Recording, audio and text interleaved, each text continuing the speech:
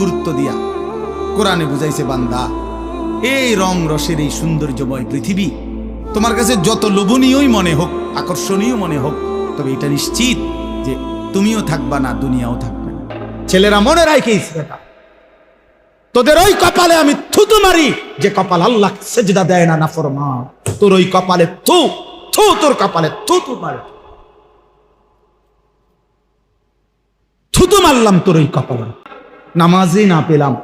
এই কপাল যদি সেজদাই না দিল, আল্লাহকেই না চিনল, তো ওই কপাল মন্দ কপাল, লানত ওই কপালের উপরে, থুতু মারি ওই কপালের উপরে। যুবক ভাইয়া, নারীর ফাঁদে পড়বেন না, নারীর পিছনে পড়বেন না, অনর্থক কোনো মেয়ের প্রেমে পড়বেন না। আল্লাহ তাআলাই হালাল ভাবে একজন উত্তম স্ত্রী আল্লাহ মিলায় দেবে ইনশাআল্লাহ। যুবক ভাইয়া, নামাজ পড়ে, নামাজ পড়ে, 5 ওয়াক্ত নামাজ পড়ে, অশ্লীলতা উলঙ্গপনা থেকে, বেহায়াপনা থেকে ছুটেন। নারীর ফাঁদে পড়বেন না, নারীর পিছনে পড়বেন না, অনর্থক কোনো মেয়ের প্রেমে পড়বেন না। আল্লাহ বলে, বান্দা আমি কিন্তু গুনাহ লম্বা হইলে, নাফরমানি লম্বা হইলে, আমার অবাধ্যতা লম্বা হইলে, মনের চাহিদা মতো খামখেয়ালি করিলে আমি কিন্তু গোমরা করে দেই, আমি মোহর মেরে দেই, চোখে পর্দা ফেলে দেই, আর হেদায়েত দিবার কেউ থাকে না। আফালা তাযাক্কারুন, আমার বান্দা উপদেশ কি নিবা না?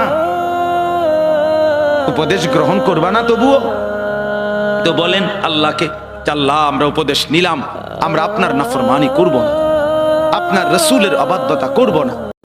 নারী তো বলে তাকে যে পর্দায় থাকে, যে আড়ালে থাকে, যে লুকিয়ে থাকে। হ্যাঁ, বলে তো নারী পড়বে না, 1,00,000 বার পড়বে। নারী যদি নাই পড়তো, হযরত আয়েশা 2 নম্বরের শ্রেষ্ঠ হাদিস বর্ণনাকারী কেমনে হইল? কথা বলেন না কেন? হয়েছে কি না বলেন না কেন?